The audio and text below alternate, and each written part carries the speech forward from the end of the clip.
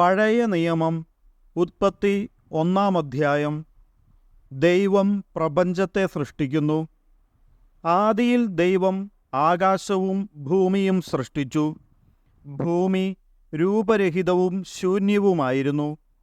ആഴത്തിനു മുകളിൽ അന്ധകാരം വ്യാപിച്ചിരുന്നു. ദൈവത്തിൻ്റെ ചൈതന്യം വെള്ളത്തിനുമീതെ ചലിച്ചുകൊണ്ടിരുന്നു. ദൈവം അരുളിച്ചെയ്തു, വെളിച്ചം ഉണ്ടാകട്ടെ. വെളിച്ചം ഉണ്ടായി. വെളിച്ചം നല്ലതെന്നു ദൈവം കണ്ടു. അവിടുന്ന് വെളിച്ചത്തെ ഇരുളിൽ നിന്ന് വേർതിരിച്ചു. വെളിച്ചത്തിനു പകലെന്നും ഇരുളിനു രാത്രിയെന്നും പേരിട്ടു. സന്ധ്യയായി പ്രഭാതമായി 1-ാം ദിവസം. ദൈവം വീണ്ടും അരുളിച്ചെയ്തു, ജലമധ്യത്തിൽ ഒരു വിതാനമുണ്ടാകട്ടെ. അതു ജലത്തെ രണ്ടായി തിരിക്കട്ടെ. ദൈവം വിതാനമുണ്ടാക്കുകയും അതിനു താഴെയുള്ള ജലത്തെ മുകളിലുള്ള ജലത്തിൽ നിന്ന് വേർതിരിക്കുകയും ചെയ്തു. അപ്രകാരം സംഭവിച്ചു. വിതാനത്തിന് അവിടുന്ന് ആകാശമെന്നു പേരിട്ടു. സന്ധ്യയായി പ്രഭാതമായി 2-ാം ദിവസം. ദൈവം വീണ്ടും അരുളിച്ചെയ്തു, ആകാശത്തിനു കീഴിലുള്ള വെള്ളമെല്ലാം ഒരിടത്ത് ഒരുമിച്ചു കൂടട്ടെ. കര പ്രത്യക്ഷപ്പെടട്ടെ. അങ്ങനെ സംഭവിച്ചു. കരയ്ക്ക് ഭൂമിയെന്നും ഒരുമിച്ചു കൂടിയ ജലത്തിന് കടലെന്നും ദൈവം പേരിട്ടു. അത് നല്ലതെന്ന് അവിടുന്ന് കണ്ടു.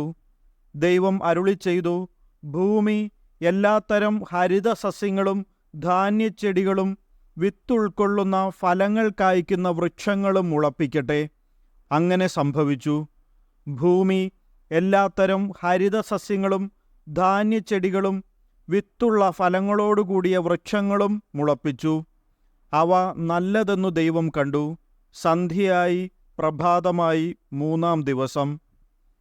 ദൈവം വീണ്ടും അരുളിച്ചെയ്തു, രാവും പകലും വേർതിരിക്കാൻ ആകാശവിതാനത്തിൽ പ്രകാശങ്ങളുണ്ടാകട്ടെ.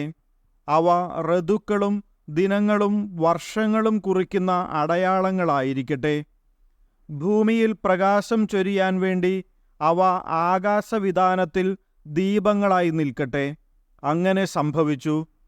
ദൈവം 2 മഹാദീപങ്ങൾ സൃഷ്ടിച്ചു. പകലിനെ നയിക്കാൻ വലുത്, രാത്രിയെ നയിക്കാൻ ചെറുത്.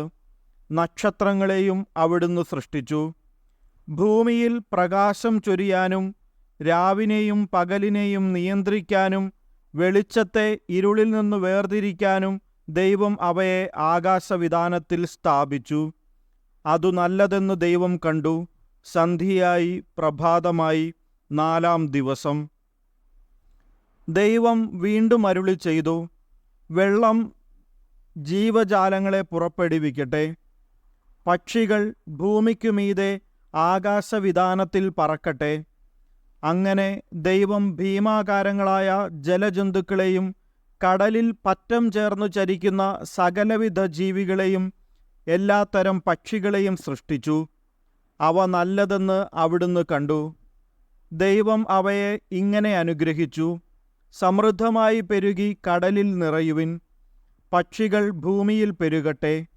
സന്ധ്യയായി പ്രഭാതമായി 5-ാം ദിവസം. ദൈവം വീണ്ടും അരുളിച്ചെയ്തു, ഭൂമി എല്ലാത്തരം ജീവജാലങ്ങളെയും കന്നുകാലികൾ, ഇഴജന്തുക്കൾ, കാട്ടുമൃഗങ്ങൾ എന്നിവയെ പുറപ്പെടുവിക്കട്ടെ. അങ്ങനെ സംഭവിച്ചു. അങ്ങനെ ദൈവം എല്ലാ ഇനം കാട്ടുമൃഗങ്ങളെയും കന്നുകാലികളെയും ഇഴജന്തുക്കളെയും സൃഷ്ടിച്ചു. അവ നല്ലതെന്ന് അവിടുന്ന് കണ്ടു. ദൈവം വീണ്ടും അരുളിച്ചെയ്തു, നമുക്ക് നമ്മുടെ ഛായയിലും സാദൃശ്യത്തിലും മനുഷ്യനെ സൃഷ്ടിക്കാം. അവർക്ക് കടലിലെ മത്സ്യങ്ങളുടെയും ആകാശത്തിലെ പറവകളുടെയും 4 കാലുകളുടെയും ഭൂമി മുഴുവൻ്റെയും ഭൂമിയിൽ ഇഴയുന്ന സർവ്വജീവികളുടെയും മേൽ ആധിപത്യമുണ്ടായിരിക്കട്ടെ. അങ്ങനെ ദൈവം തൻ്റെ ഛായയിൽ മനുഷ്യനെ സൃഷ്ടിച്ചു. ദൈവത്തിൻ്റെ ഛായയിൽ അവിടുന്ന് അവനെ സൃഷ്ടിച്ചു. സ്ത്രീയും പുരുഷനുമായി അവരെ സൃഷ്ടിച്ചു. ദൈവം അവരെ ഇങ്ങനെ അനുഗ്രഹിച്ചു, സന്താനപുഷ്ടിയുള്ളവരായി പെരുകുവിൻ. ഭൂമിയിൽ നിറഞ്ഞ് അതിനെ കീഴടക്കുവിൻ. കടലിലെ മത്സ്യങ്ങളുടെയും ആകാശത്തിലെ പറവകളുടെയും ഭൂമിയിൽ ചരിക്കുന്ന സകല ജീവികളുടെയും മേൽ നിങ്ങൾക്ക് ആധിപത്യമുണ്ടായിരിക്കട്ടെ. ദൈവം അരുളി ചെയ്തു, ഭൂമുഖത്തുള്ള ധാന്യം വിളയുന്ന എല്ലാ ചെടികളും വിത്തുൾക്കൊള്ളുന്ന പഴങ്ങൾ കായ്ക്കുന്ന എല്ലാ വൃക്ഷങ്ങളും ഞാൻ നിങ്ങൾക്ക് ഭക്ഷണത്തിനായി തരുന്നു.